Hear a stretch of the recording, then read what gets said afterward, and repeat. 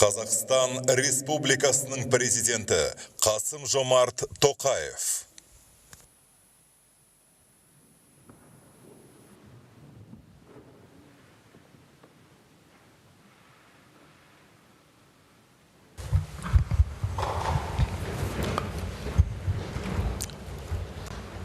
Қайырлы күн, құрметті әріптестер және шақырылған қонақтар, құрметті депутаттар, баршаңызды тіркеуден өтулеріңізді сұраймын. Тіркеу режимі қосылсын.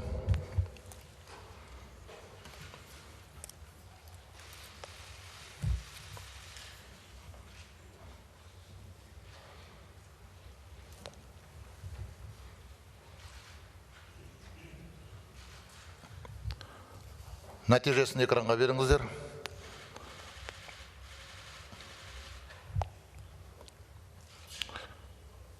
Сенаттың 49 депутатының 47 депутаты, мәжілістің 107 депутатының 103 депутаты қатысып отыр. Жұмысымызды бастау үшін қажетті кворум бар. Құрметті әріптестер, біздің бүгінгі бірлескен отырысымызға Қазақстан Республикасының президенті Қасым-Жомарт Кемелұлы Тоқаев қатысып отыр. Сонымен бірге, республикамыздың премьер-министрі, мемлекеттік хатшысы, президент әкімшілігінің басшысы, орталық мемлекеттік органдар мен мекемелердің басшылары, өңірлердің әкімдері, президент жанындағы ұлттық қоғамдық сенім кеңесінің мүшелері, үкіметтік емес ұйымдардың өкілдері және бұқаралық ақпарат құралдарының жетекшілері қатысып отыр. Құрметті депутаттар, парламент палаталарының бірлескен отырысын ашық деп жариялаймын.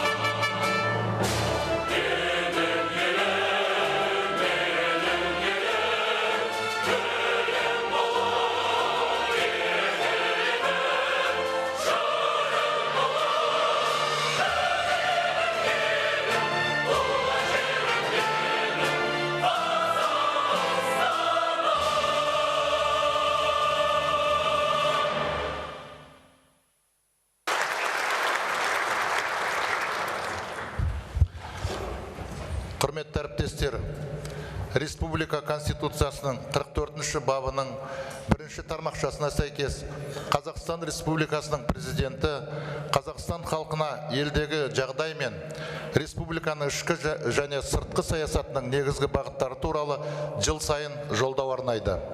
Сөз Қазақстан Республикасының президенті Қасым-Жомарт Кемелұлы Тоқаевқа беріледі.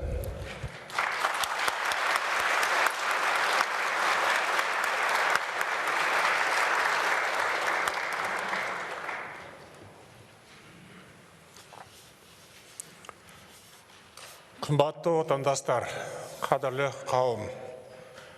Бүгінгі жолдаудың мән маңызы айрықша.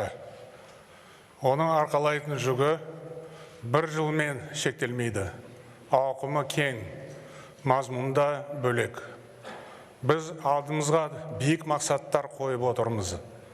Өздеріңізбен бірге жаңа Қазақстанды құруға кірістік. Баршаңызға мәлім, былтыр егемендіктің маңызды белесіне жеттік. Тарихи өлшеммен қарағанда 30 жыл тым көп уақыт емес. Халқымыз тұңғыш президент Нұрсұлтан Әбішұлы Назарбаевтың басшылығымен осы кезеңде ауқымды жұмыс атқарды. көптеген табыстарға қол жеткізді. Алайда береке бірлігімізді сақтамасақ, жетістіктеріміздің бәрінен айырылып қалуымыз мүмкін. Қаңтардағы дүрбелең кезінде бұған көзіміз анық жетті. Бұл оқиғалар бүкіл қоғамды дүр сілкіндірді. Халқымыз бұрын соңды болмаған қауіп қатермен бетпе-бет келді. Мемлекетіміздің тұтастығына және егемендігімізге зор қауіп төнді. Осы күндерде жұртымыз тәуелсіздіктің қадір қасиетін жан жүрегімен сезінді. Татулық пен тұрақтылық, тыныштық пен бейбітшілік қаншалықты маңызды екенін жете түсінді. Біз мызғымас бірліктің арқасында мемлекетімізді қорғап қалдық. Уақытылы және батыл шешім қабылдап, лаңкестерге тойтарыс бердік. Мен қашанда бәрін ашық айтып жүрмін. Індет кезінде қалыптасқан ахуал жөнінде жұртшылыққа үнемі ақпарат беріп отырдым. Кешегі қатерлі күндерде мемлекет басшысы ретінде халыққа арнап бірнеше үндеу жасадым. Барлық жағдайды азаматтарымызға жан-жақты түсіндіріп жеткіздім. Әрбір шешімді еліміздің мүддесіне сай қабылдадым. Бұл мен үшін бұлжымас ұстаным. Өкінішке қарай, бүлікшілердің, қарақшылардың, лаңкестердің кесірінен қаншама азаматымыз қаза болды. Мен қара жамылған отбасылардың қайғысына ортақтасып, тағы көңіл айтамын. Біз мұндай жағдай енді ешқашан қайталанбау үшін бәрін жасаймыз. Қазақта өткен күннен алыс жоқ, келер күннен жақын жоқ деген сөз бар. Біздің парызымыз қанды қылмыс жасалғанын ұмытпай, барлық содырлар мен лаңкестерді жазаға тарту. Халқымыз осы оқиғадан сабақ ала білуі керек. Елдің тыныштығын бұзып, қауіпсіздігіне нұқсан келтіретін әрекетке ешқашан жол бермеуге тиіспіз. Ашқын айтсақ, қазір қоғамда түрлі қауесет тарауда. Бұл ахуал жалған түсіністік қалыптастырып, елді адастырады. Сондықтан өткен оқиғалар туралы нақты мәліметті жариялап, оған баға беру өте маңызды. Тіпті қасиетті парызымыз деуге болады. Жұрт оның астарына үңіліп, себебін терең түсінуі қажет. Күні кеше ғана парламент қабырғасында арнайы тыңдау өтті. Онда құқық қорғау органдары тергеу қорытындылары туралы толық есеп берді. Турасын айтқанда, мұндай кең ауқымды талқылау ешқашан болмаған. Депутаттарға және бұқаралық ақпарат құралдарына бәрі ашық айтылды. Қоғамды мазалаған сұрақтарға жауап берілді. Бұл қаңтар оқиғасына әділ баға беруге ең алдымен биліктің мүдделі екенін көрсетеді. Мен мұны толық қолдаймын. Біз ақиқатты айтуымыз керек. Бұл менің жеке қағидатым. Қазір тергеу жұмыстары жүргізіліп жатыр. Осы мәселемен арнайы мекеме аралық шұғыл тергеу тобы айналысуда. Құқық қорғау органдарына жасалып жатқанына жұмыс нәтижесін үнемі жариялап отыруды тапсырамын. Во время событий трагического января и последующего режима чрезвычайного положения за различные правонарушения были задержаны около 2000 человек. Тогда мною было дано указание Генеральной прокуратуре установить степень их вины и в случае отсутствия отягчающих обстоятельств смягчить наказание задержанным лицам. В результате многие граждане были освобождены.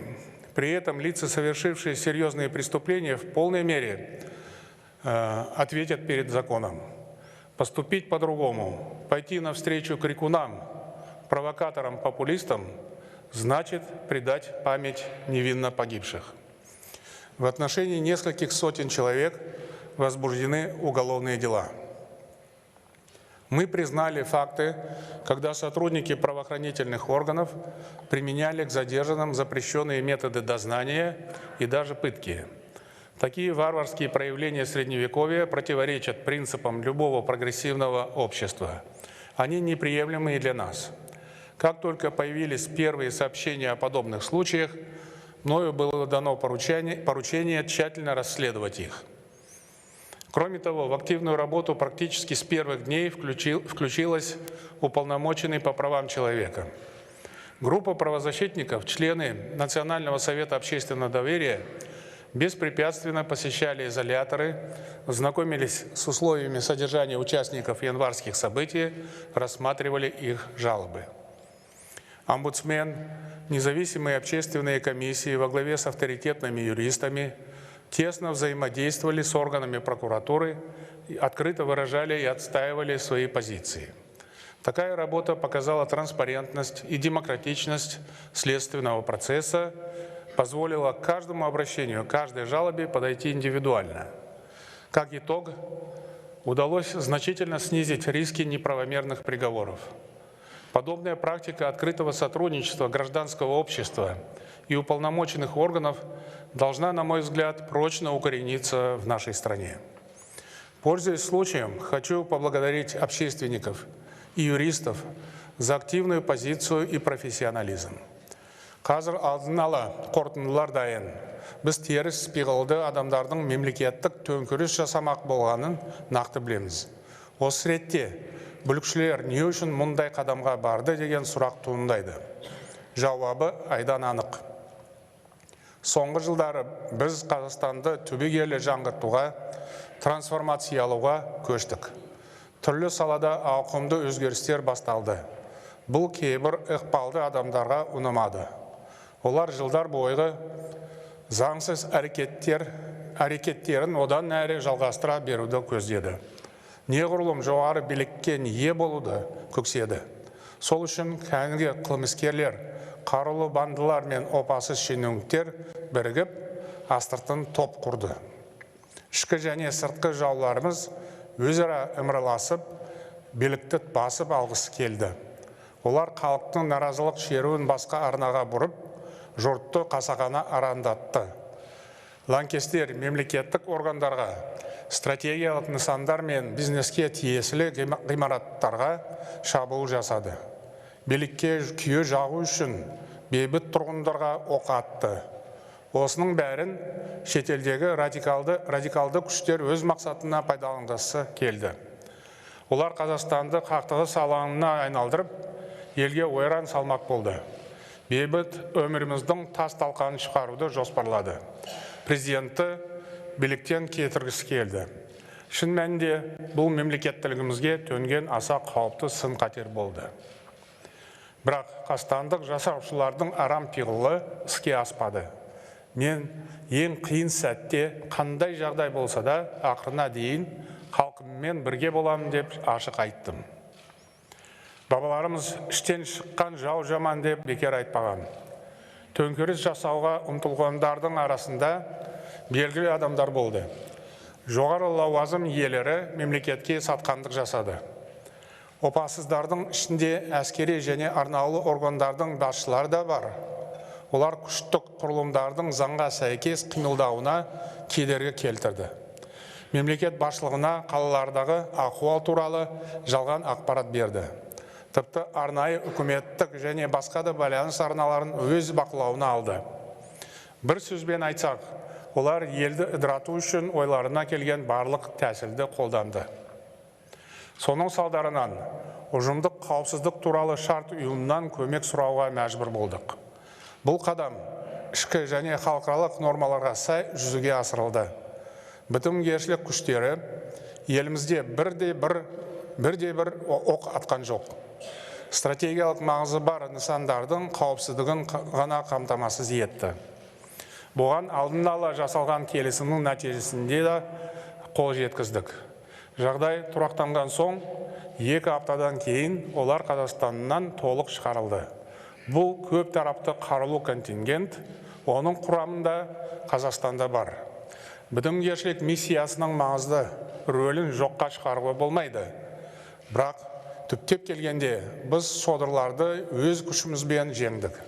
Осы орайда бір мәселеге жеке тоқталғым келеді. Сатқындардың опасыздығы құқық қорғау органдарының беделіне нұқсан келтірмеуге тиіс. Онда қызмет ететін азаматтар да өз бауырларымыз. Олар елмен бірге екенін, туған халқы үшін қасық қаны қалғанша күресетінін дәлелдеді.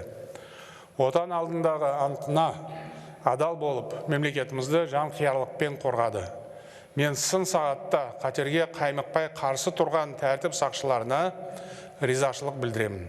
Сондай-ақ азаматтарымыз ерікті түрде өз ішінен жасақ құрып, қоғамдық тәртіпті сақтауға атсалысты. Жауапты сәтте бірлік пен жанашырлықтың бірегей үлгісін көрсеткен барша азаматтарға алғыс айтамын. Осы күндерде халқымыз кез келген қауіп қатерді және алатын бір тұтас ел екенін танытты. Отаншылдық рухының арқасында қасиетті тәуелсіздігімізді сақтап қалды. Шын мәнінде қаңтар оқиғалары мемлекеттілігіміз үшін зор сынақ болды. Біз жардың шетінде тұрдық. Бір қадамды қате жасасақ, немесе батыл әрекет етпесек, мемлекетіміз құрдымға кететін еді. Следствие по делу о заговоре силовиков и их пособников продолжается в интенсивном темпе в режиме секретности.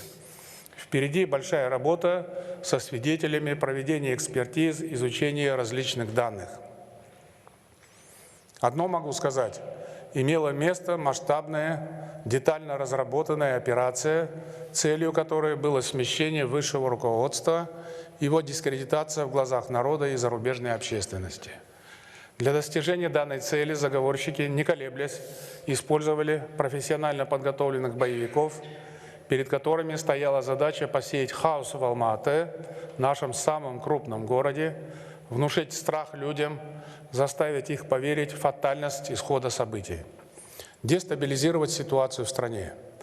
Поэтому заверяю, что все виновные в этих трагических событиях понесут наказание, какие бы должности и позиции в обществе они не занимали. Сол күндері қатаң әрі шұғыл шара қабылдаудан басқа амал қалған жоқ. Мен ең шешуші сәттерде елім үшін қолымнан келгеннің бәрін жасадым. Бұл менің президенттік әрі перзенттік борышым.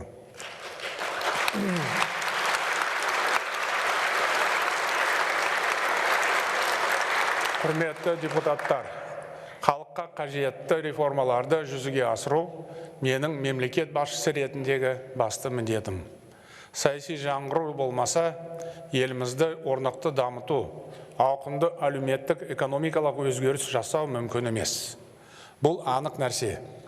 Біз 2,5 жылдың ішінде осы бағытта нақты нәтижеге қол жеткіздік. Мен осыған дейін саяси реформалардың 4 топтамасын ұсындым. Соның аясында қоғамды одан әрі демократияландыруға бағытталған бірқатар маңызды бастама жүзеге асты.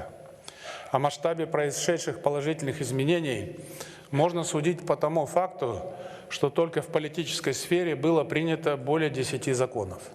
Взять, к примеру, новый демократический закон о мирных собраниях. Он позволил активистам, в том числе оппозиционно настроенным общественникам, беспрепятственно проводить митинги и свободно выражать там свое мнение. Данная инновация позволила укрепить ростки новой политической культуры, повысить взаимную ответственность и доверие в обществе. Между тем, определенные группы провокационно настроенных активистов считают возможным и даже нужным нарушать этот закон, как я уже сказал, демократически по своей сути. Заявляю, что больше послаблений не будет. Данный закон, равно как и другие законы, должен неукоснительно соблюдаться. За подобную вольницу и безответственность наши законопослушные граждане уже заплатили слишком высокую цену. Закон един для всех, как для людей, облеченных властью, так и для общественников. Политические преобразования показали готовность граждан принимать решения на всех уровнях, от местного самоуправления до общенациональных вопросов. Политическая трансформация нацелена на формирование честных и справедливых правил игры, искоренение фаворитизма и монополии во всех сферах жизни. Но такая логика и динамика событий устраивает далеко не всех. У тех, кто привык делать ставку на серые закулисные схемы, возникли панические опасения потерять свои привилегии и источники доходов. Они решили, что следует действовать без промедления, чтобы подорвать устои нашей государственности. Можно сказать, они пошли против своего народа. После трагического января многие считали, что произойдет откат. Власть начнет закручивать гайки, снизит темпы модернизации. Но мы не свернем с намеченного пути, а напротив, ускорим системные преобразования во всех сферах жизни. Предлагаемые сегодня инициативы тщательно прорабатывались мной еще до январских событий. Скажу откровенно, некоторые эксперты и государственные служащие советовали мне не торопиться, отложить эти планы до лучших времен. Дескать, зачем менять систему, если ее можно использовать в текущей ситуации в своих интересах. Другие вполне обоснованно опасались разгула уличной демократии, предрекая различные негативные сценарии наподобие Горбачевской перестройки. Тем более геополитическая обстановка крайне осложнилась. Но я твердо убежден, нашей стране все же нужны кардинальные реформы. В противном случае застой. Его разрушительные последствия мы видели из недавней советской истории. Да и январские события в некоторой степени стали следствием отечественного застоя. В течение последних 2 месяцев мною был очерчен круг первостепенных задач в социально-экономической сфере, обеспечения национальной и общественной безопасности. Мен бүгін еліміздің саяси жүйесін кешенді жаңғырту бағдарламасын ұсынғалы отырмын. Бұл құжат ең алдымен қоғамның қажеттілігіне және сұранысына негізделген. Парламент депутаттары, Конституциялық кеңес, орталық сайлау комиссиясы, жоғарғы сот және беделді сарапшылардың ұсынымдары назарға алынды. Ұлттық қоғамдық сенім кеңесінде осы тақырып бойынша пікірталас өтті. Құжатты әзірлеу кезінде зерттеушілер мен қоғам қайраткерлерінің, саяси партиялар мен үкіметтік емес ұйымдардың ұсыныстары да мұқият зерделенді. В целом, предлагаемая реформа является отражением широкого спектра взглядов, существующих в нашем обществе. Они выступают логическим продолжением уже начатых преобразований и решают 2 насущные задачи. Во-первых, содействуют последовательной демократизации. Во-вторых, обеспечивают устойчивость и управляемость государства. Это особенно важно на фоне фундаментальных общественных сдвигов, происходящих внутри страны, а также нарастающей геополитической напряженности. Текущая международная обстановка во многом напоминает наиболее острые фазы холодной войны, но современную ситуацию по своему накалу, жесткому санкционному противостоянию и непредсказуемым последствиям для всего мира без преувеличения можно назвать беспрецедентной. Во всяком случае, раньше такого не было. Поэтому для нас жизненно важно не отступать от намеченных целей, сохранять сплоченность, общенациональное единство, солидарность. Реформа жасап жатырмыз деген атау үшін ғана реформа жасаудың ешкімге қажеті жоқ.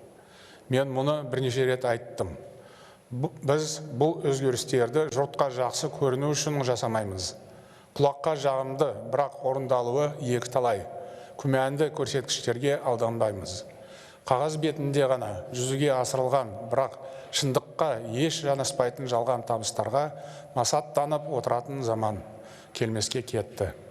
Халыққа көпірме сөз, бос уәде емес, көзбен көріп, қолмен ұстауға болатын оң өзгерістер керек. Біз кез келген мәселені ашық айтып, оны шешудің оңтайлы жолдарын бірге іздеуіміз қажет. Экономикадағы, саясаттағы жасанды монополияларды түбірмен жоюға тиіспіз. Оның орнына ашық әрі әділ бәсеке орнату өте маңызды. Себебі, нағыз бәсеке болғанда ғана халықтың әл-ауқаты артып, жағдайы жақсарады. Система управления, ориентированная на сверхконцентрацию полномочий, уже утратила свою эффективность. Она не способна консолидировать гражданское общество с его многообразием взглядов и убеждений. Поэтому нам нужны выверенные шаги по переустройству политической модели развития Казахстана. Речь прежде всего идет об окончательном переходе от суперпрезидентской формы правления к президентской республике с сильным парламентом.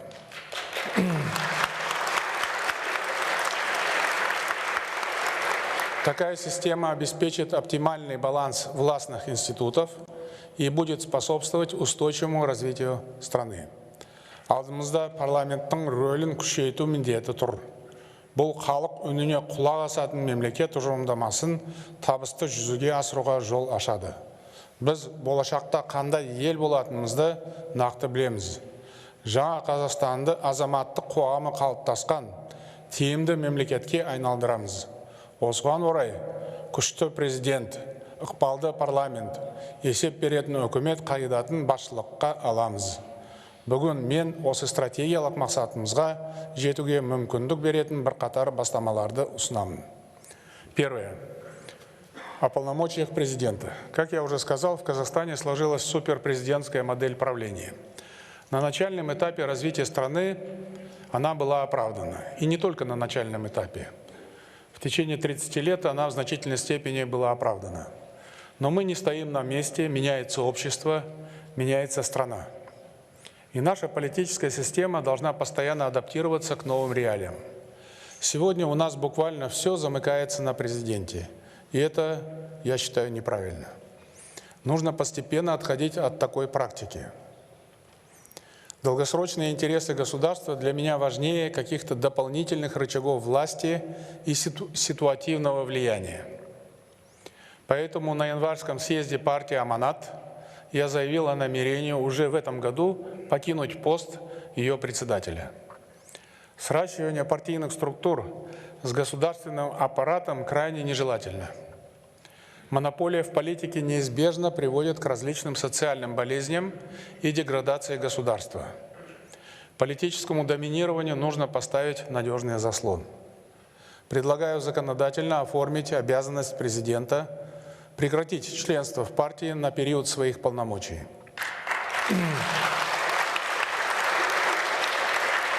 Данная норма повысит политическую конкуренцию, обеспечит равные условия для развития всех партий. Тем самым мы избавим будущих лидеров страны от соблазна подмять под себя основные политические институты. Исходя из этой же логики, следует ввести в наше законодательство положение об обязательном выходе из партии председателей и членов Центральной избирательной комиссии, Счетного комитета и Конституционного совета. Вместе с тем мы видим, что сверхконцентрация полномочий в центре проецируется и на региональный уровень.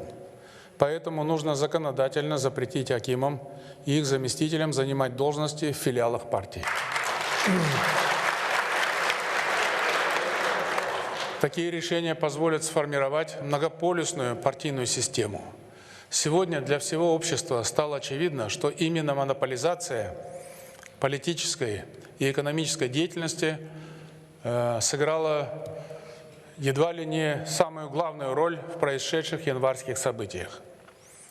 Но важный урок трагического января состоит в том, что концентрация полномочий в руках высшего должностного лица в государстве неоправданно усиливает влияние приближенных к нему лиц и финансово-олигархических групп. И они воспринимают государство как личную вотчину. Непотизм, в какой бы стране он ни был, неизбежно приводит к отрицательной кадровой селекции, становится благодатной почвой для расцвета коррупции.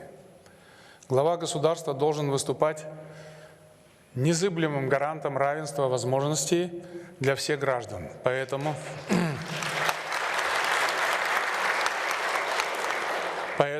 для ближайших родственников президента будет введен законодательный запрет на занятие должностей политических государственных служащих и руководителей в квазигосударственном секторе.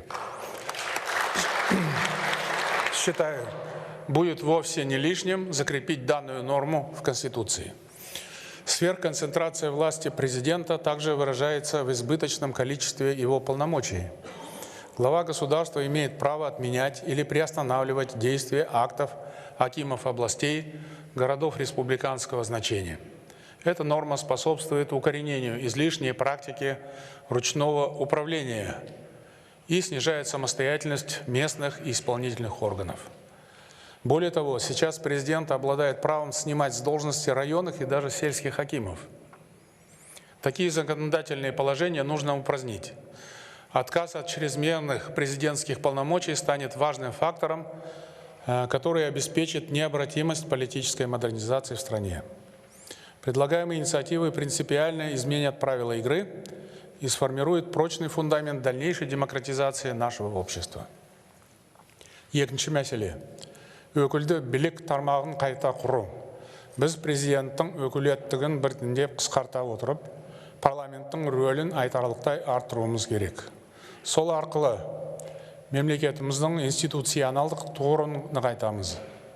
Шын мәнінде елімізде өкілді билік тармағы мықты болуы керек қажет. Халықтың сенім мандатына ие болған депутаттарға жоғары жауапкершілік жүктеледі. Олар мемлекетімізді өркендету ісіне белсене атсалысуға тиіс. Прежде всего, следует пересмотреть порядок формирования и ряд функций Сената, на мой взгляд. В настоящее время Верхняя Палата состоит из 49 депутатов, по 2 избираемых сенатора от каждого региона и 15 сенаторов, назначаемых президентом. Такая конструкция позволяла в должной мере учитывать региональную специфику и давала возможность главе государства непосредственно влиять на законотворческий процесс. Для своего времени она была достаточно прогрессивной и эффективной. Но сегодня нам нужно двигаться вперед. Президентскую квоту в Сенате следует рассматривать не как средство контроля, а в качестве механизма учета голосов и мнений социальных групп, слабо представленных в парламенте. Поэтому мною принято решение о сокращении президентской квоты в Сенате с 15 до 10 депутатов. Причем 5 из них будут рекомендованы Ассамблеей народа Казахстана. Они избраны ею, как это происходит в настоящее время. Нижняя палата парламента должна отражать весь электоральный ландшафт страны без предоставления кому-либо искусственных преференций. Таким образом, мы упраздним квоту Ассамблеи народа Казахстана в Маджлисе, что, на мой взгляд, правильно с политической и юридической точек зрения. Эта квота переносится в Сенат и сокращается с 9 до 5 депутатов.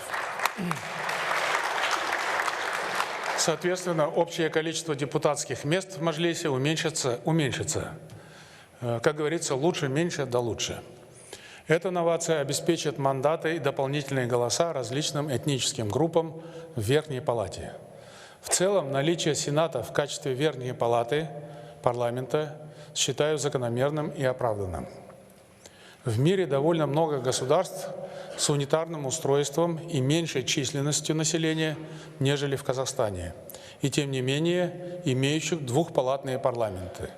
За примерами далеко ходить не следует, это имеет место и в Европе. Другое дело, наш Сенат должен стать палатой, реально представляющей интересы регионов страны. И это потребует реформы его полномочий. Согласно Конституции, Сенат имеет право принимать или не принимать одобренные Маджлисом законопроекты. То есть у Маджлиса фактически отсутствует возможность преодоления возражений Верхней Палаты. Для формирования более сбалансированной парламентской системы необходимо пересмотреть эту практику. Считаю целесообразным ввести норму, предполагающую право Сената только одобрять или не одобрять законы, уже принятые Маджлисом.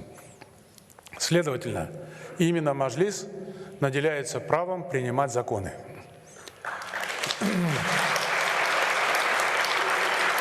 Полномочия Сената, в свою очередь, следует дополнить правом согласования кандидатур на посты председателей Конституционного совета и Высшего судебного совета. Это новшество серьезно укрепит механизмы сдержек и противовесов в политической системе и заметно упростит законотворческую процедуру. Сонымен қатар, төменгі палатының құзыретін кеңейту қажет. Елімізде көптеген ауқымды жобалар, бағдарламалар бар, бірақ түрлі себептерге байланысты оларды жүзеге асыру барысы көңіл көншітпейді. Сондықтан парламент республикалық бюджеттің сапалы орындалуына бақылауды күшейтуі қажет. Осы орайда есеп комитетінің орнына жоғары аудиторлық палата, высшая аудиторская палата құруды ұсынамын. Оның төрағасы мәжіліс депутаттары алдында жылына 2 рет есеп беруге тиіс. Осылайша мәжілістің мәртебесі арта түседі. Азаматтардың өкілді билікке деген сенімін нығайту үшін мәслихаттарға баса мән берген жөн. Мықты мәслихаттар өзекті мәселелердің шешімін табуға және аймақтардағы тұрмыс сапасын жақсартуға әсер ете алады. Олардың рөлін арттырып, дербестігін қамтамасыз ету үшін мәслихат төрағасы лауазым енгізген жөн. Сондай-ақ мәслихаттардың ықпалын барынша күшейту үшін облыс әкімдерін тағайындау тәртібін өзгерту қажет деп санаймын. Қазір мәслихат депутаттары мемлекет басшысы ұсынатын бір ғана кандидатураға келісім береді. Немесе келісім бермейді. Нужно внести соответствующие поправки в законодательство, регламентирующие право президента вносить на альтернативной основе не менее 2 кандидатур на должности акимов областей и городов республиканского значения. Таким образом, президент будет назначать акимов областей и городов республиканского значения с учетом результатов рассмотрения, а возможно и выборов в маслихатах. По сути, речь идет о косвенных выборах руководителей регионов. В то же время за главой государства сохраняется право освобождения от должностей руководителей регионов без консультаций с маслихатами. Все представленные инновации по переформатированию представительной ветви власти направлены на созидание нового Казахстана с сильной парламентской культурой и влиятельными народными избранниками. Үшінші мәселе – сайлау жүйесін жетілдіру. Саяси жаңғырудың басты мақсаты азаматтардың мемлекетті басқару ісіндегі рөлін арттыру. Бұл жұмысты сайлау үдерісі арқылы да жүзеге асырамыз. Біз осыдан 15 жыл бұрын конституциялық реформа аясында мәжіліс депутаттарын пропорционалды тәсілмен сайлауға көштік. Ал 2018 жылдан бастап мәслихат депутаттарын да осы үлгімен сайлатын болдық. Бұл қадамдар еліміздегі партиялық жүйені дамытуға тың серпін берді. Алайда оның жағымсыз тұстары да байқалды. Партияда жоқ азаматтар мәжіліске ғана емес, жергілікті өкілді органдарға да сайлана алмайтын болды. Мұны ашық мойындауымыз керек. Соның салдарынан халықтың сайлау науқанына қызығушылығы күрт төмендеді. Сайлауды керек қылмайтын адамдардың қатары көбейді. Олар өздерінің дауысы маңызды екеніне, ел өмірін жақсартуға ықпал ете алатынына сенбейтін болды. Ашығын айтсақ, қазір жұрт депутаттарды аса тани бермейді. Принимая во внимание данные негативные факторы, мною предлагается перейти к более гармоничной смешанной избирательной системе, которая в полной мере учтет права всех граждан. Пропорционально-мажоритарная модель будет лучше отражать интересы избирателей как на национальном, так и на региональном уровнях. Депутатский корпус Мажилиса будет формироваться по следующей схеме. 70% на пропорциональной основе и 30% на мажоритарной. Кроме того, смешанная модель будет внедрена на выборах маслихатов областей и городов республиканского значения. Сайлаудың осы тәсіліне оралу біз үшін өте маңызды. Бұл қадам партиялардың мәжіліс пен маслихатқа өту шегін төмендету үшін осыған дейін қабылданған шешімнің заңды жалғасы. Бұдан былай, мажоритарлық жүйе бойынша әрбір аймақ парламенттің төменгі палатасына өзінің кемінде бір депутатын сайлай алады. Жаңа үлгі көзқарасы әртүрлі азаматтардың мәжіліске келуіне мүмкіндік береді. Сондай-ақ, аудандар мен қалалардағы сайлауды толығымен мажоритарлық жүйеге көшіруді ұсынамын. Бұл жүйе жергілікті жерде бәсекелі саяси орта қалыптастырады. Оған қоса, елдің алдында беделі бар жаңа тұлғалардың саясатқа келуіне жол ашады. Императивті мандатқа көшуде депутаттардың сайлаушылармен өзара байланысын нығайта түседі. Бір сөзбен айтқанда, енді сайлау алдында берген уәдесін орындамаған депутатты кері қайтаруға болады. Бұл халық қалаулыларына ықпал етудің тағы бір жолы. Осы ұстаным демократия дәстүрлерін едәуір нығайтады. Өзара жауапкершілік пен сенімге негізделген жаңа саяси мәдениетті қалыптастырады. Пропорционалды және мажоритарлы жүйе қатар қолданылса, саяси партиялардың рөлі сақталады. Олар еліміздегі азаматтық қоғамның басты институттарының бірі ретінде қала береді.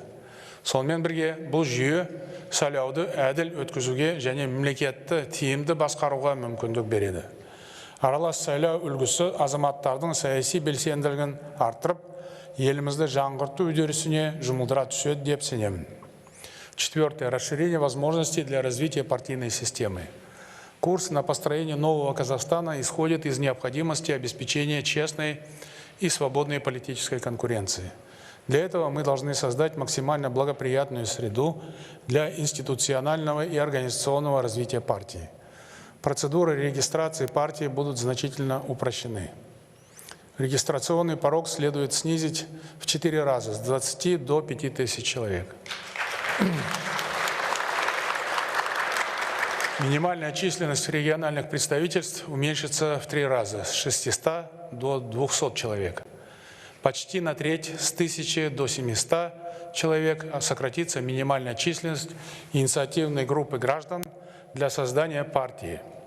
В свою очередь, сроки проведения учредительного съезда и период формирования филиалов увеличатся. Либерализация в данном вопросе значительно активизирует процесс развития политического пространства в стране. Появятся новые партии, способные грамотно артикулировать и эффективно решать насущные проблемы своего электората. Бесінші мәселе. Сайлау үдерісін жаңғырту. Халықаралық тәжірибеде сайлауды ұйымдастыру жүйесі ұдайы өзгеріп отыратыны белгілі. Яғни әділ және ашық сайлау өткізу үшін тиімді шешім іздеудің маңызы зор. Соңғы жылдарда бұл үдеріске ақпараттық және технологиялық факторлармен бірге коронавирус індеті де әсер етуде. Көптеген елдер дауыс берудің баламалы түрлерін пайдаланып жатыр. Яғни электронды мерзімнен бұрын қашықтан көп күндік дауыс беру тәсілдері кеңінен қолданыла бастады. Сондықтан әлемдегі үздік тәжірибелерді зерттеп, қажет болса оны біртіндеп енгізген жөн. В эпоху бурного развития коммуникационных технологий большое значение имеет активность кандидатов и партий в социальных сетях. Но действующее законодательство не регламентирует агитацию в социальных сетях. Несмотря на это, во время электоральных кампаний агитация так или иначе проводилась.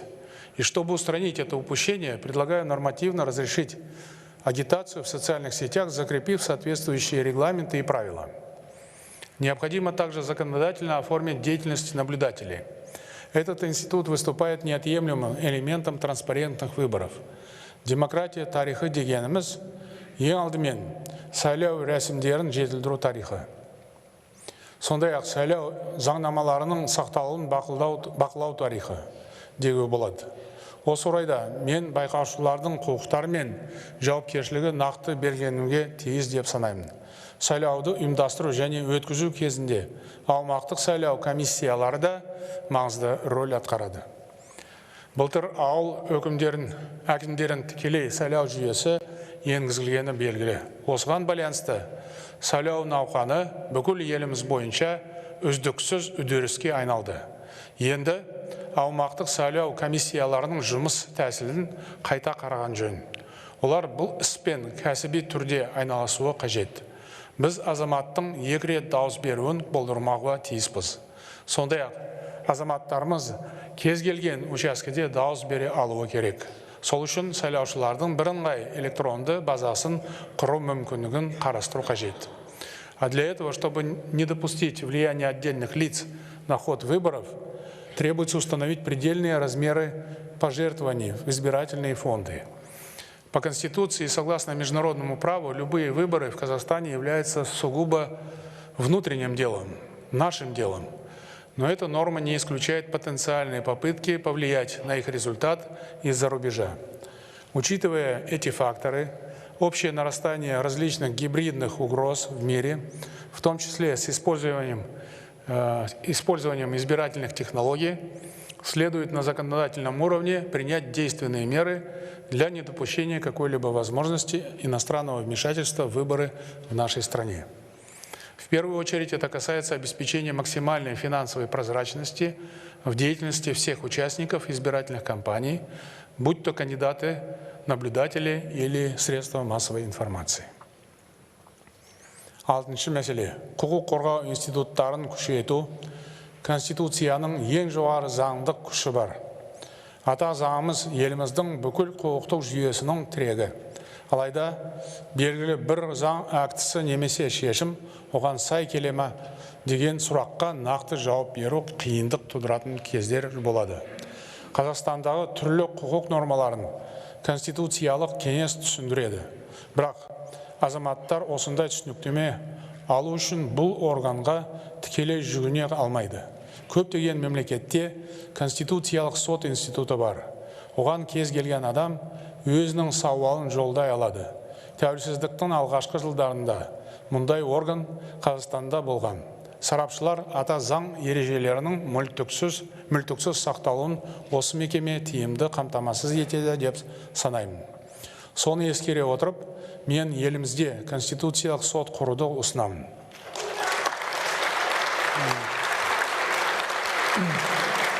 Бас прокурор мен адам құқығы жөніндегі уәкілге де конституциялық сотқа жүгіну мүмкіндігін берген жөн. Бұл бастамалар әділ әрі құқықтық мемлекет құру жолындағы маңызды қадам болады деп сенемін. Сондай-ақ институционалдық тұрғыдан тепе-теңдікті сақтауға ықпал етеді. Оған қоса азаматтарымыздың конституциялық құқығының қорғалуын жақсарта түседі. Вы знаете, что я уделяю особое внимание защите фундаментальных прав граждан. В 2020 году наша страна присоединилась ко второму факультативному протоколу о гражданских политических правах, предусматривающему отмену смертной казни. В прошлом году мною был подписан указ о дальнейших мерах в области прав человека, направленный на долгосрочное и комплексное развитие этой сферы. При участии Национального совета общественного доверия был реализован и ряд других прогрессивных инициатив. Однако правозащитная проблематика требует постоянного совершенствования. Полагаю, что для окончательного закрепления решения об отмене смертной казни нужно внести соответствующие изменения в Конституцию. Важно внедрить системный подход в расследовании преступлений, связанных с пытками. На сегодняшний день конкретный орган, ответственный за это направление, отсутствует. Подобная практика чревата определенными рисками. Поэтому предлагаю закрепить эти функции за Генеральной прокуратурой. Такой подход позволит обеспечить объективность и беспристрастность следствия, утвердит неотвратимость наказания за произвол в правоохранительной сфере. Кроме того, следует принять системные меры для снижения уровня насилия в обществе. В этом плане большую роль играет эффективное противодействие правонарушениям в сфере семейно-бытовых отношений. Сегодня участились обращения граждан и общественников по поводу необходимости ужесточения наказания за насилие в отношении женщин и детей. Ранее мною давалось указание определиться с целесообразностью криминализации подобных правонарушений. Поручаю Генеральной прокуратуре всесторонне изучить данный вопрос и решить эту проблему. Мен прокуратура және адам құқығы жөніндегі уәкіл туралы конституциялық заңдар қабылдау қажет деп санаймын. Бұл құжаттар заң тәртібін күшейту және құқық қорғау қызметін ұдайы жетілдіру үшін қажет. Барлық деңгейдегі соттар шын мәнінде тәуелсіз, ашық және кәсіби болмаса, заң үстемдігін қамтамасыз ету мүмкін емес. Мемлекет осыған орай ауқымды жұмыс жүргізуде. Кадр іріктеудің жаңа жүйесі енгізіліп, сот үдерісі мен рәсімдерінің ашықтығы біртіндеп арта түсуде. Бұл ретте жоғары сот кеңесі маңызды рөл атқарады. Осы құрылым президенттің соттарды жасақтау жөніндегі конституциялық өкілеттігін қамтамасыз етеді. Сондай-ақ судьялардың тәуелсіздігіне және оларға ешкімнің қол сұқпауына кепілдік береді. Кеңестің қызметі қоғам үшін толық ашық болуы өте маңызды. Бұған жоғары сот кеңесінің конкурстық рәсімдерінен онлайн трансляция жасау арқылы қол жеткізуге болады. Сонымен қатар, мұндай конкурстардың қорытындыларын нақты дәлелмен түсіндіріп, жариялап отырған жөн. Расширить гражданское участие в отправлении правосудия позволяет суды присяжных. В Казахстане присяжные заседатели могут выносить вердикт только по особо тяжким преступлениям. Но я считаю, мы должны пойти дальше и расширить категорию дел, подлежащих рассмотрению судами присяжных. Эта новелла будет способствовать демократизации судебной системы, повышению доверия к ней со стороны общества. Жетінші мәселе. Бұқаралық ақпарат құралдарының бәсекеге қабілетін арттыру және азаматтық қоғам институттарының рөлін нығайту. Бұқаралық ақпарат құралдары бәсекеге қабілетті және еркін болуы керек. Бұл қағидат қазір кез келген өркениетті ел үшін айрықша маңызды. Отандық ақпарат құралдарының Қазақстанда, өңірде және әлемде болып жатқан үдерістер туралы өз көзқарасы болуға тиіс. Еліміздің ақпараттық қауіпсіздігі, тіпті идеологиялық дербестігі осыған тікелей байланысты. Государство особое внимание уделит созданию открытого информационного пространства, востребованных и сильных медиа, представляя собой эффективный канал коммуникации между властью и народом. Средства массовой информации могут и должны поднимать насущные проблемы. Но делать это нужно с большой гражданской ответственностью, работать не по заказам извне, способствуя поляризации нашего общества, и не за теневые гонорары, участвуя в скрытой борьбе политических кланов. Журналисты должны искренне переживать за свою страну и ее граждан. Недаром средства массовой информации называют четвертой властью. Именно поэтому вам следует распоряжаться своим влиянием на умы и сердца людей со всей осторожностью. Это я специально обращаюсь к нашей журналистской братье. Убежден, что дальнейшие демократические преобразования невозможно без независимых и ответственных средств массовой информации.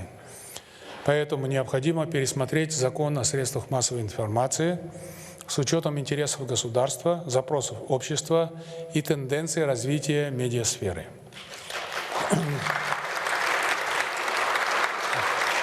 Еще одним важным фактором устойчивого и всестороннего прогресса страны является деятельность общественных организаций. Неправительственный сектор неизменно поднимает важные социальные вопросы, содействует их комплексному решению. Стоящие сегодня перед Казахстаном задачи требуют усиленного взаимодействия государства и неправительственных организаций, системной перезагрузки институтов гражданского общества. Необходимо более широкое и глубокое вовлечение общественных организаций и активистов в подготовку и реализацию реформ. Для этого прежде всего нужно обеспечить открытое обсуждение всех национальных проектов и стратегических документов. Бұл мәселе бойынша жасанды пікірталас өткізіп, көз бояушылық жасауға болмайды. Біз елімізде азаматтық белсенділікті жандандыруымыз керек. Мемлекет пен қоғамның саналы әрі сындарлы серіктестігіне жол ашуымыз қажет. Сол себепті орталық және жергілікті органдардың квази-мемлекеттік сектордың жанындағы қоғамдық кеңестерді дамытып жатырмыз. Мен бірнеше рет олардың қызметіне қатысты сын айтқан болатын. Дегенмен, бұл кеңестердің орасан зор институционалдық әлеуеті бар. Соны толығымен жүзеге асыру керек. Биыл менің бастамам бойынша осы кеңестердің құрамы және жұмыс жоспары түбегейлі жаңаратын болады. Кеңесіп пішкен тон келте болмас деген нақыл сөз бар. Бабаларымыз ел тағдырын айқындайтын тарихи шешімдерді бүкіл халық болып ақылдасып бірге қабылдаған. Ұлытауда, Ордабасы мен Күлтөбеде өткен ұлы басқосулар соның айқын дәлелі. Келелі жиында айтылған кесімді сөзге 6 алаштың баласы түгел тоқтаған. Біз бірліктің бастауы болған осы дала демократиясының дәстүрін жаңғыртуымыз керек.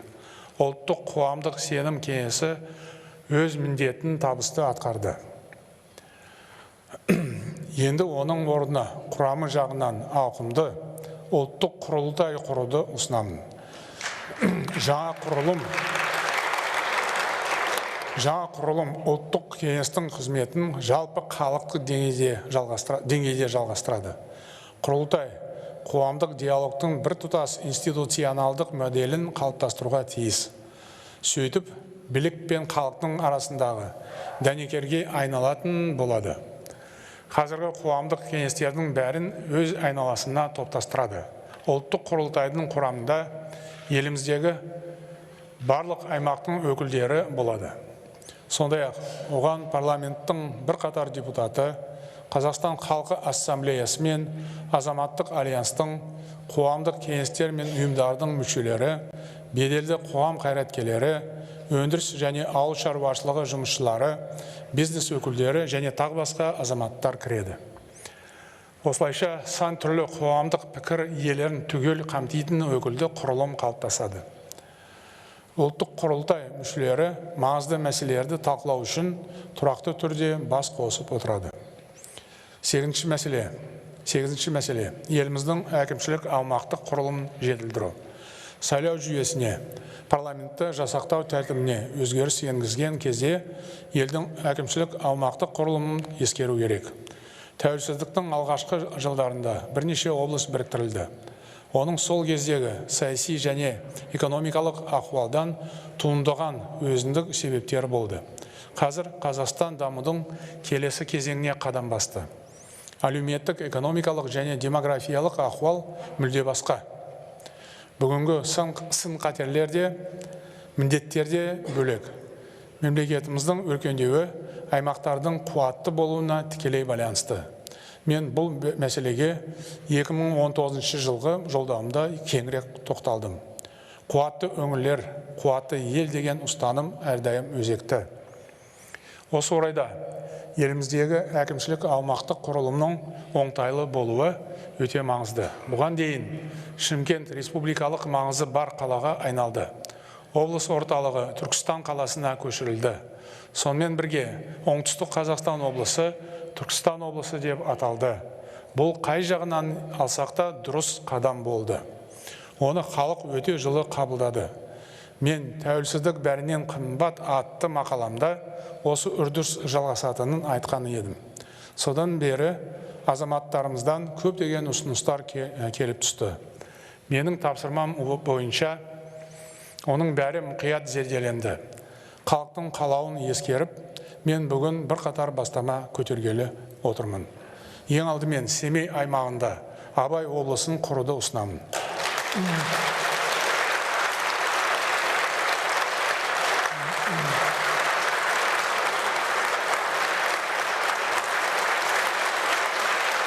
Семей қаласы жаңа облыстың орталығы болады. Осы мәселені аймақ тұрғындары көптен бері айтып жүргенін білемін. Қазір ол жақта шешімін таппаған түйткілдер аз емес. Мысалы, аймақтың ішкі инфрақұрылымы әбден тозған. Кезінде Алаш арыстарының басын қосқан Семей қаласының жағдайы да мәз емес. Біз тарихи әділдікті орнатып, ұлыларымыз дүниеге келген киелі өлкені қайта жаңғыртуға тиіспіз. Тағы бір мәселе, бұрынғы Жезқазған облысының аумағында Ұлытау облысын құру қажет.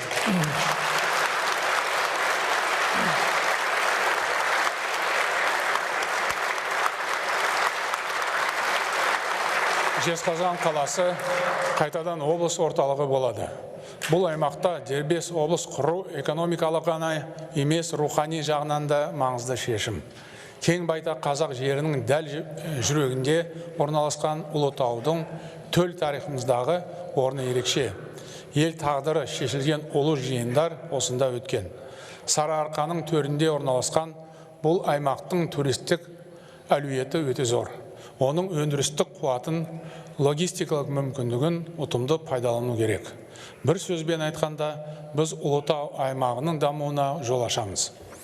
Үшінші мәселе, Алматы агломерацияна қатысты түйткілдер көп. Облыс тұрғындары негізінен қала төңірегіне шоғырланған. Ұзын ағаштағы немесе талғардағы мәселені сонау Талдықорғанда отырып шешу оңай емес. Облыс орталығына бару үшін халықтың алысқа сабылуына тура келеді. Осы және басқа да жайттарды ескере отырып, Алматы облысын екіге бөлуді ұсынамын. Бұл өңірде Жетісу және Алматы облыстары құрылады.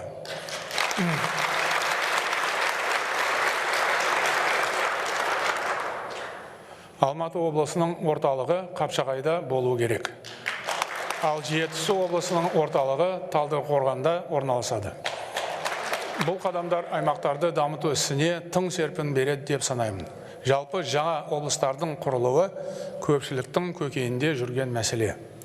Кезінде облыс мәртебесінен айырылған өңірлерде тұрғындар саны азайып, тұрмыс сапасы төмендеп кеткені жасырын емес. Осы олқылықтың орнын толтыратын кез келді. Әкімшілік аумақтық өзгерістер мемлекеттік басқару үдерісін жеңілдетеді. Жұрттың облыс орталығына барыс келісін оңайлатады. Ішкі көші-қон мәселесін реттеуге септігін тигізеді. Жаңадан құрылатын облыстардың Абай, Ұлытау, Жетісу деп атаулында ерекше мән бар. Біз ұлан-ғайыр жеріміздің байырғы атауларын, ұлы тұлғаларымыздың есімін ұрпақ санасында жаңғырта береміз. Мәселен, Қапшағай қаласы халқымыздың біртуар перзенті Дінмұхамед Қонаевтың есімімен тығыз байланысты. Егер жұртшылық Қапшағайға Қонаевтың есімін беру керек деп ұсыныс айтса, мен бұл пікірге қосыламын.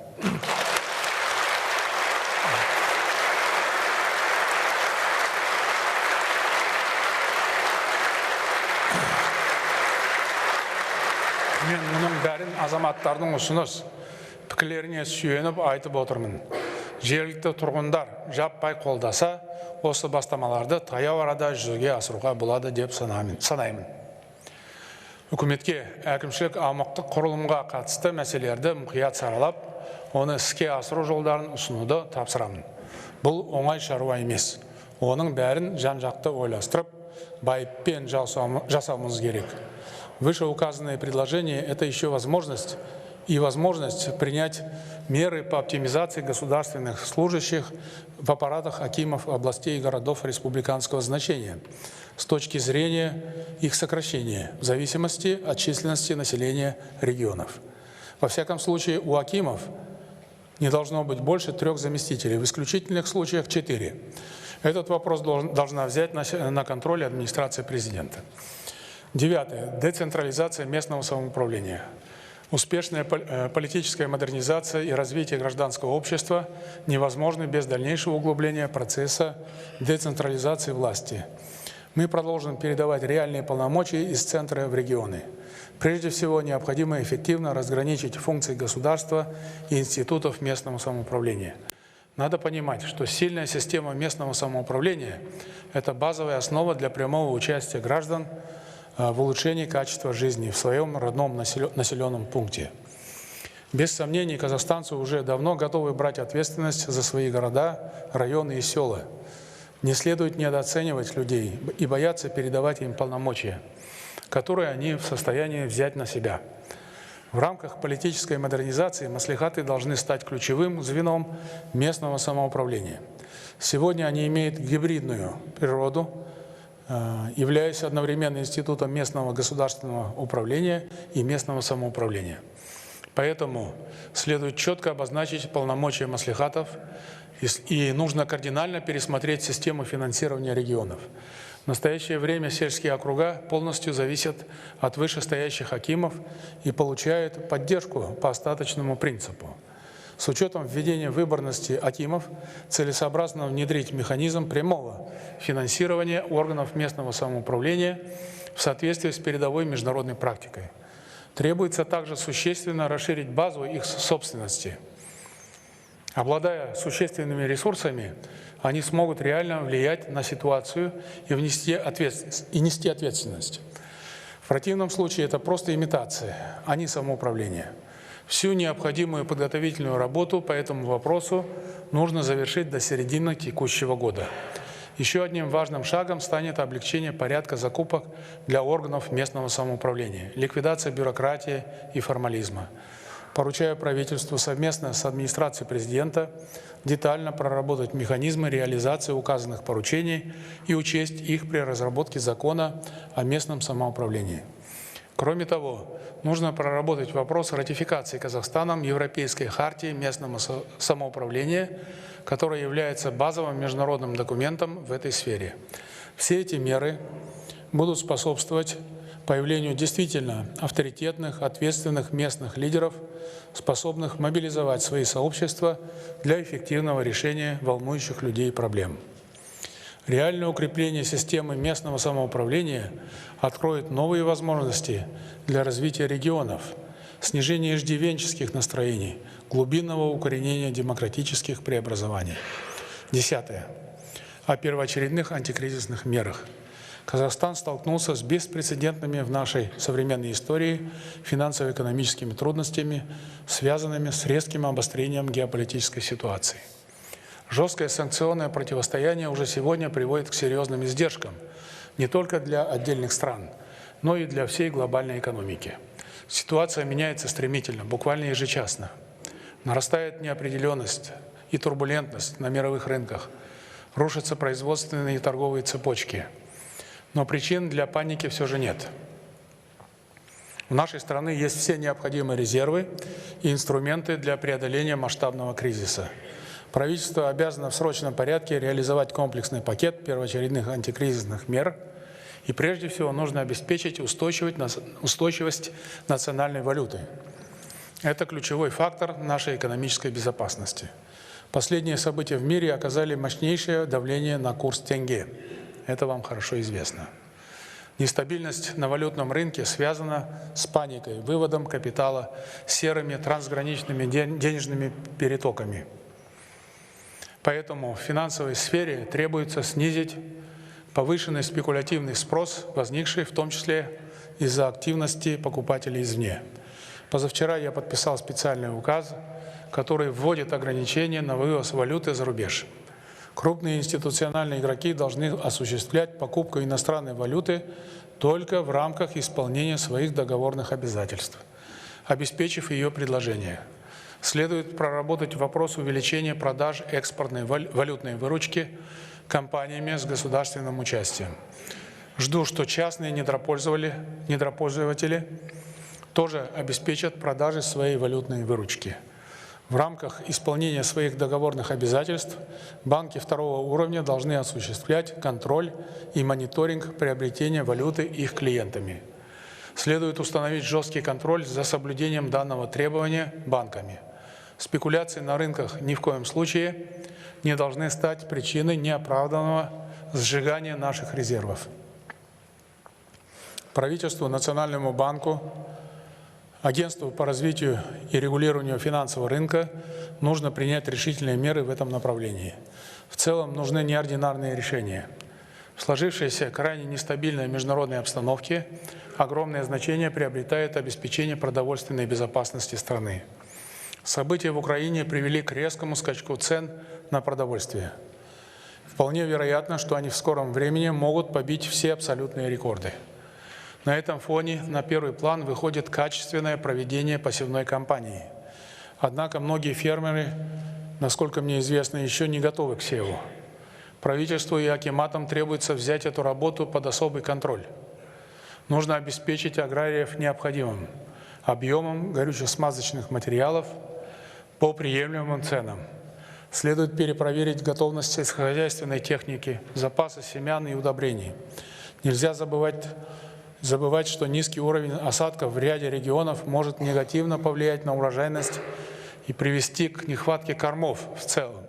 И в целом нужно совместно с фермерским сообществом пересмотреть подходы к государственной поддержке агропромышленного комплекса. Для предотвращения дефицита и бесконтрольного подорожания продовольствия надо проработать вопрос закупа сельскохозяйственной продукции в государственные стабилизационные фонды по форвардным ценам. В стремительно меняющихся условиях Государственный аппарат должен оперативно реагировать на ситуацию, действовать предельно слаженно.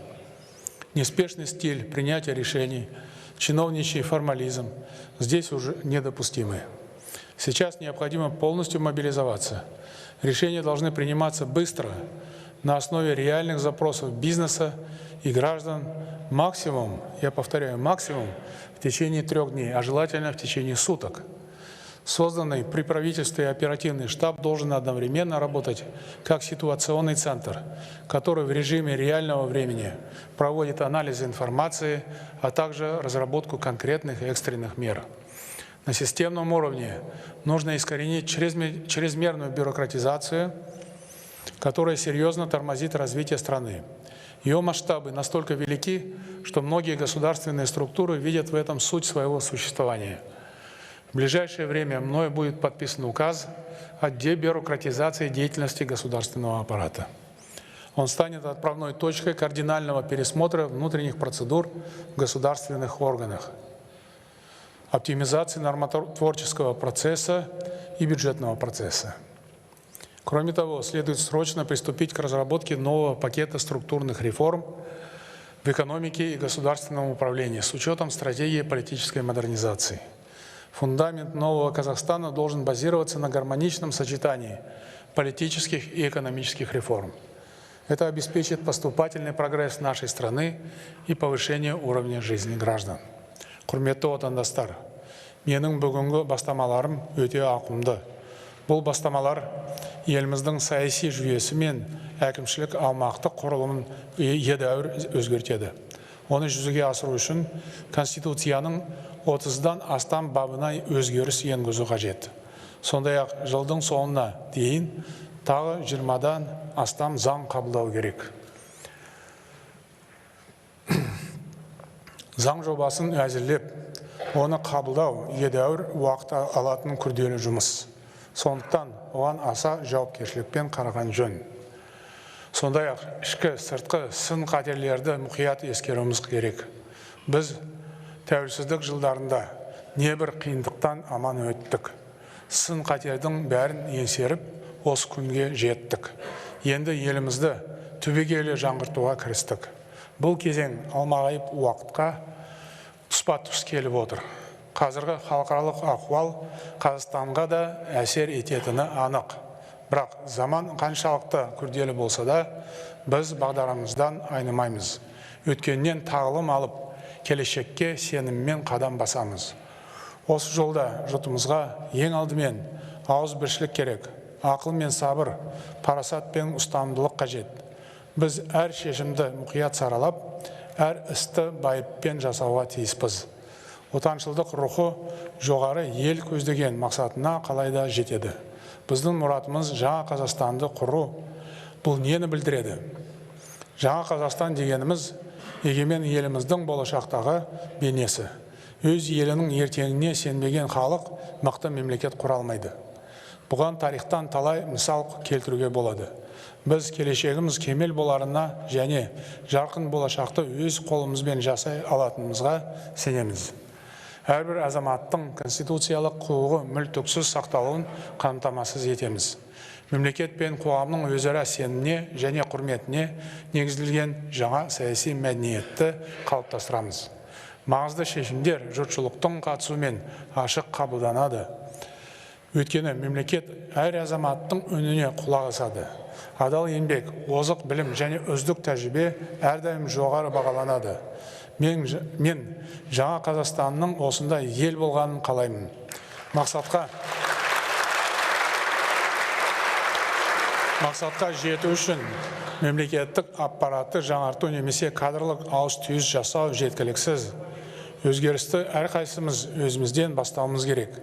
Әрбір адам және бүкіл қоғам жаңғыруы қажет. Құндылықтарымыз түбегейлі жаңаруға тиіс.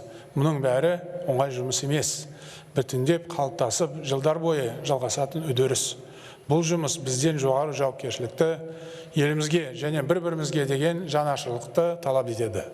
Бізге ешкім сырттан келіп, ештеңе жасап бермейтіні анық. Бәрі өз қолымызда. Сондықтан баршаңызды жаңа Қазақстанды құруға бір кісідей жұмылға шақырамын. халықтың қолдауымен мақсатымызға жетеміз деп сенемін.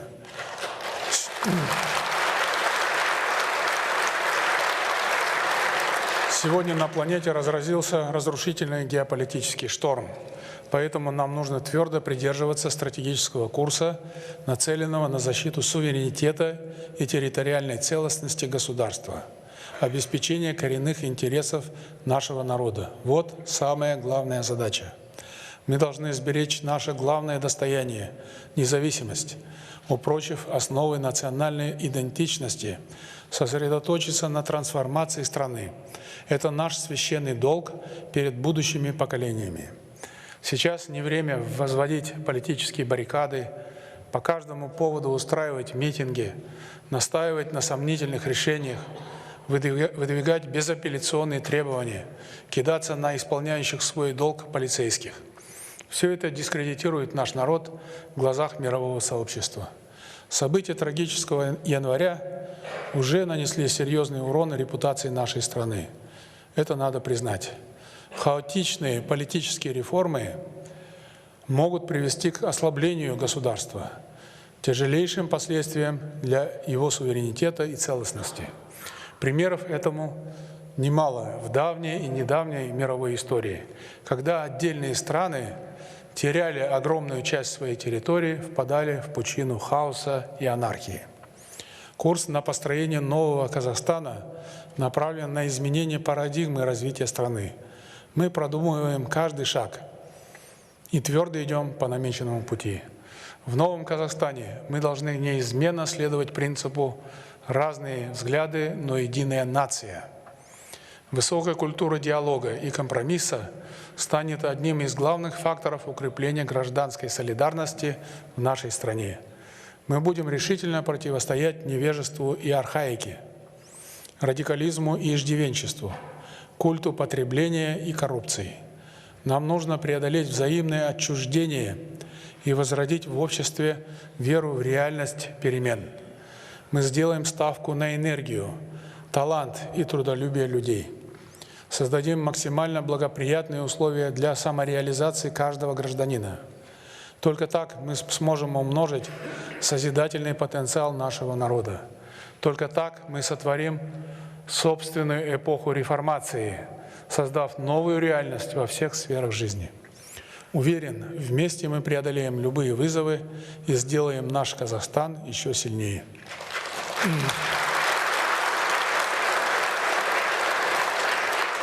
Сөзімнің соңында бір мәселеге ерекше тоқталғым келеді. Мен азаматтарымыздың ертең емес, бүгін бақытты өмір сүргенін қалаймын. Ең бастысы еліміздің егемендігі. Шын мәнінде біз үшін Қазақстанның тәуелсіздігі бәрінен қымбат. Осы тұрақсыз, құбылмалы әлемде Қазақстанымыз бізден басқа ешкімге керек емес. Сондықтан маған елімнің амандығы мен жерінің тұтастығынан асқан ешбір құндылық жоқ. Мені ең алдымен халқымның болашағы қандай болатыны толғандырады. Қызметіме түрлі адамдардың беретін бағасынан гөрі мемлекетімізді қорғап қалу мен үшін аса маңызды.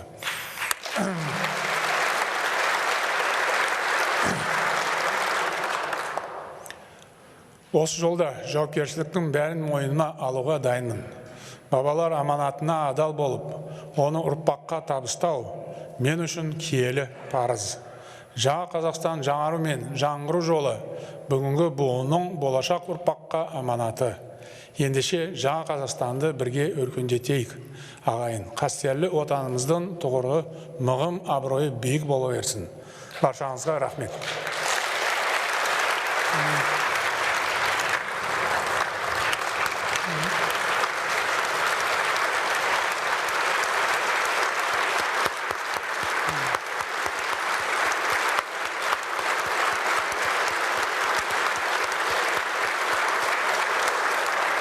Құрметті депутаттар және шақырылған қонақтар, осымен парламент палаталарының бірлескен отырысын жабық деп жариялаймын. Рахмет, сау болыңыздар. Баршаңызға рахмет.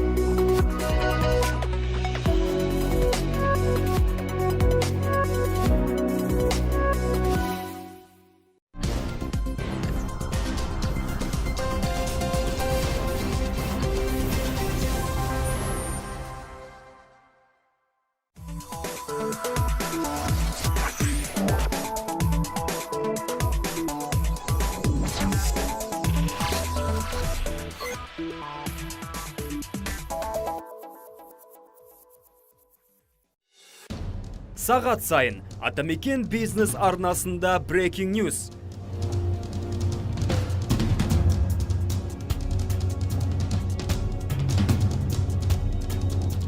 Әр сағат сайын басты жаңалықтар біздің арнада.